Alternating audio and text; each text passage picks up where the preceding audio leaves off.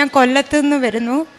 ഞാൻ ആദ്യമായി ഇവിടെ വന്ന് ഉടമ്പടി എടുത്തത് 22 ജനുവരി 2023 ഞാൻ എൻ്റെ കുഞ്ഞിന് വേണ്ടിയാണ് ഉടമ്പടി എടുത്തത്. അവളാകെ കൂടെ പറയുന്ന വേട് ആര് എന്നുള്ളൊരു ചോദ്യം മാത്രമാണ്.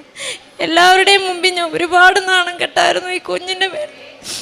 ഞാൻ രണ്ടാമത് വന്ന് ഉടമ്പടി പുതുക്കിയത് 16 ഒക്ടോബർ 2020 അതെൻ്റെ കുഞ്ഞ് സംസാരിക്കുന്നതിന് വേണ്ടിയായിരുന്നു.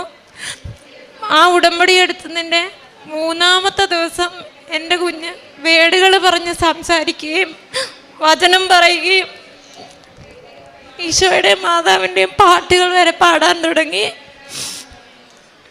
എൻ്റെ കുഞ്ഞിനെ സംസാരിക്കാൻ സഹായിച്ച ഈശോയ്ക്കും മാതാവിനും തിരുക്കുമാരനും ഞാൻ ഒരുപാട് നന്ദി പറയുന്നു. രണ്ടാമത്തെ ഉടമ്പടി എന്ന് പറയുന്നത് ഞങ്ങൾ 2 പെൺമക്കളാണ്. എൻ്റെ മമ്മിക്ക് ഞങ്ങൾ കല്യാണം കഴിഞ്ഞ ശേഷം എൻ്റെ പപ്പയുടെയും മമ്മിയുടെയും കൂടെ ആരുമില്ല. അപ്പം കൊട്ടാരക്കരയിലാണ് എൻ്റെ വീട്. അവർ എൻ്റെ കസിനൊക്കെ വഴി ഞങ്ങളുടെ വീട്ടിലൊക്കെ ഒരുപാട് പ്രശ്നങ്ങളുണ്ട്. അവർക്ക് അവിടെ നിൽക്കാനൊന്നും പറ്റത്തില്ലായിരുന്നു. അപ്പം ഞാൻ മാതാവിനോട് പ്രാർത്ഥിക്കുമായിരുന്നു, എൻ്റെ അപ്പയും അമ്മയും അവിടുന്ന് മാറ്റി സുരക്ഷിതമായ ഒരു സ്ഥലത്തെത്തിക്കണേന്ന്. ഇപ്പം മാതാവിൻ്റെയും ഈശോയുടെയും അനുഗ്രഹത്താൽ എൻ്റെ പപ്പായും മമ്മിയും നിൽക്കുന്നത് എൻ്റെ സഹോദരിയെ കല്യാണം കഴിച്ച വീട്ടിലാണ്. ഇപ്പോൾ ഒരു കുഴപ്പമില്ല, ഒരു സന്തോഷത്തോടെ നിൽക്കുന്നു. മൂന്നാമതെന്ന് പറയുന്നത് എൻ്റെ ബ്രദറിൻ്റെ മകൾ, പേര് മാളു. അവൾക്ക് അംഗീകാരമില്ലാത്തൊരു കോളേജിൽ അഡ്മിഷൻ കിട്ടി. അവളുടെ സർട്ടിഫിക്കറ്റ് പിടിച്ചു വെച്ചു. അങ്ങനെ ഞാൻ രണ്ടാമത്തെ ഉടമ്പടി വെച്ചപ്പോൾ അവൾക്ക് വേണ്ടി മാതാവിനോട് യാചിച്ചു. മാതാവ് അവളിവിടെ വന്ന് അഖണ്ഡ ജപമാല റാലിയിൽ പങ്കെടുത്തതിൻ്റെ അന്ന് രാത്രി അവൾക്ക് കോളേജിൽ നിന്ന് ഫോൺ വന്നു, അവളുടെ സർട്ടിഫിക്കറ്റ് തിരിച്ചു കൊടുക്കാമെന്നും. അതേപോലെ 2 ദിവസം കഴിഞ്ഞപ്പോൾ അവൾക്ക് അംഗീകാരമുള്ള പുതിയൊരു കോളേജിൽ അഡ്മിഷൻ ലഭിക്കുകയും ചെയ്തു. പിന്നെ ഞാൻ ജോബിന് വേണ്ടി പ്രാർത്ഥിക്കുന്നുണ്ടായിരുന്നു. എപ്പോഴും എൻ്റെ കാര്യത്തിലെല്ലാം തടസ്സമായി, എക്സാം എഴുതുന്നതെല്ലാം ഫെയിലായി പോവുകയൊക്കെ ചെയ്യുമായിരുന്നു. പക്ഷെ എൻ്റെ മാതാവിനോട് ഞാൻ പ്രാർത്ഥിച്ചു, എനിക്കൊരു ജോലി ലഭിച്ചു. അതേപോലെ തന്നെ ഞാൻ ഇവിടെ വരുന്നതിൻ്റെ 1 മാസത്തിന് മുമ്പ് ഞങ്ങളുടെ വീടിന് താഴെ റെയിൽവേ പാളം, അവിടെ കൂടെ ട്രെയിൻ പോകുമായിരുന്നു. അപ്പം ഓൺ അടിച്ചല്ല വന്നത്. എൻ്റെ അപ്പ സാധനം കൊണ്ടുവന്നിട്ട് എന്നെ താഴെ ഇന്ന് വിളിച്ചു വരും. ട്രെയിന് ഒരു 5 നിമിഷം കഴിഞ്ഞിരുന്നെങ്കിൽ എന്നെ ഇടിച്ചേനെ. പക്ഷേ അവിടെ ആരോ ആ ട്രെയിനെ സ്ലോ ചെയ്ത് നിർത്തി. ഞാൻ ആ പാലം കിടന്ന് താഴെ എത്തിയ ശേഷമാണ് ട്രെയിൻ പോയത്.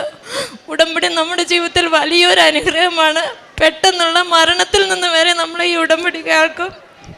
അതേപോലെ ഒരു വലിയ ആക്സിഡൻറ്റ് എനിക്ക് സംഭവിച്ചാണ്. എൻ്റെ മാൻഡിബിൾ ബോൺ ഫുള്ള് തകർന്നു പോയതാണ്. ഞാൻ മരിച്ചു പോകണ്ടെന്ന് വരെ ഡോക്ടർമാർ പറഞ്ഞതാണ്. പക്ഷേ എൻ്റെ മാൻഡിബിൾ ബോൺ മാത്രമേ പ്രശ്നം ഉണ്ടാകുകയുള്ളൂ. അങ്ങനെ വലിയൊരു ആപത്തിൽ നിന്നും മാതാവ് ഈശോ എന്നെ രക്ഷിച്ചു. അങ്ങനെ ഞാൻ പ്രേക്ഷിത പ്രവർത്തനങ്ങൾ ചെയ്തതെന്ന് വെച്ചാൽ ഞാൻ ബസ് സ്റ്റാൻഡിൽ കൊണ്ട് പേപ്പർ കൊടുക്കും. അതുപോലെ സൂപ്പർ മാർക്കറ്റിലും കടകളൊക്കെ പോയി പേപ്പർ കൊടുക്കുകയും എൻ്റെ കുഞ്ഞിന് കിട്ടിയ അനുഗ്രഹമാണ് ഞാൻ അവരോട് പറഞ്ഞത്. അങ്ങനെ ഞാനും പറഞ്ഞു, നിങ്ങളെല്ലാവരും കൃപാസനത്തിൽ വന്ന് പ്രാർത്ഥിക്കണം, മാതാവ് നിങ്ങൾക്ക് വേണ്ടി ഒരുപാട് അനുഗ്രഹങ്ങൾ ഒരുക്കി വെക്കുമെന്ന്. പിന്നെ എന്നോട് പറയുന്ന ക്യാൻസർ രോഗികൾക്കൊക്കെ അവരുടെ ചികിത്സാ സഹായത്തിന് വേണ്ടി പൈസ കൊടുക്കാറുണ്ട്. മെഡിക്കൽ കോളേജിൽ ആഹാരം കൊടുക്കുന്നതിനൊക്കെ പൊതിച്ചോറൊന്നും കൊടുക്കാൻ എനിക്ക് പറ്റില്ലെങ്കിലും എൻ്റെ കയ്യിലുള്ള പൈസ ഞാൻ അവരോട് കൊടുക്കാറുണ്ട്. പിന്നെ എന്നോരാടെങ്കിലും സാമ്പത്തിക സഹായം ചോദിച്ചാൽ എൻ്റെ കയ്യിലുള്ളതൊക്കെ ഞാൻ അവർക്ക് കൊടുക്കും. പിന്നെ പ്രകാശ് താരയിൽ എന്ന് പറയുന്ന പത്തനംതിട്ട ഒരു സ്ഥലത്ത് ഡിസേബിലിറ്റിയായ ഒരുപാട് കുഞ്ഞുങ്ങളുണ്ട്. അവിടെ ഞാനൊരു ദിവസം അവരെ കാണാൻ ചെന്നപ്പം അവിടെ ഒരു കുഞ്ഞിൻ്റെ ബർത്ത്ഡേ ആയിരുന്നു. ആ കുഞ്ഞിനാരും ഒരു കേക്ക് പോലും മേടിച്ചു കൊടുക്കാൻ ഒന്നും പറ്റിയില്ല. അപ്പം ഞാൻ ചിന്തിച്ചു, എൻ്റെ മകൾക്ക് ഞാൻ എന്തെല്ലാം വാങ്ങിച്ചു കൊടുക്കുന്നു. ഞാൻ ആ കുഞ്ഞിനും ഒരു കേക്ക് വാങ്ങിക്കൊടുത്തു. അവിടെയുള്ളവർക്കെല്ലാം വന്ന് ആ കേക്ക് കൊടുത്തു. ആ കുഞ്ഞുങ്ങൾക്ക് ഒത്തിരി സന്തോഷമായി. അവരൊരുപാട് നന്ദി പറഞ്ഞു. ഇതൊന്നും എൻ്റെ കഴിവുകൊണ്ടല്ല, എൻ്റെ ഈശോയുടെയും മാതാവിൻ്റെയും കൃപ കൊണ്ടാണ്. ഇന്ന് ഈ തിരുസന്നിധിയിൽ എന്നെ നിർത്താൻ തന്ന യോഗ്യതയ്ക്ക് എൻ്റെ മാതാവിനും ഈശോയ്ക്കും ഞാൻ നന്ദി പറയുന്നു. യേശുവേ നന്ദി, യേശുവേ സ്തോത്രം. മാതാവേ നന്ദി, മാതാവേ സ്തോത്രം. ബെൻസി പറഞ്ഞത് കുഞ്ഞ് 3 വയസ്സായിട്ടും ആര് എന്ന് മാത്രമേ പറയുകയുള്ളായിരുന്നു എന്ന്. എന്നാൽ ഉടമ്പടി എടുത്തു കഴിഞ്ഞപ്പോൾ ഒരാഴ്ച കൊണ്ട് തന്നെ കൊച്ച് കൂടുതൽ കാര്യങ്ങൾ പറയാനും പാട്ട് പാടുവാനും ഒക്കെ തുടങ്ങി.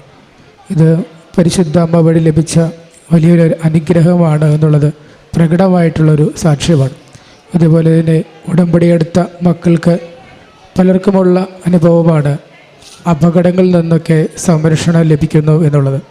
സങ്കീർത്തനം 50:15 അനർത്ഥകാലത്ത് എന്നെ വിളിച്ചപേക്ഷിക്കുക, ഞാൻ നിന്നെ മോചിപ്പിക്കും, നീ എന്നെ മഹത്വപ്പെടുത്തുകയും ചെയ്യും.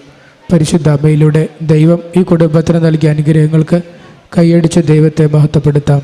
യേശുവേ നന്ദി, യേശുവേ സ്തോത്രം, യേശുവേ ആരാധന. അത്യപൂർവ ദൈവാനുഭവങ്ങൾ ഇനി നിങ്ങൾക്കും സ്വന്തം.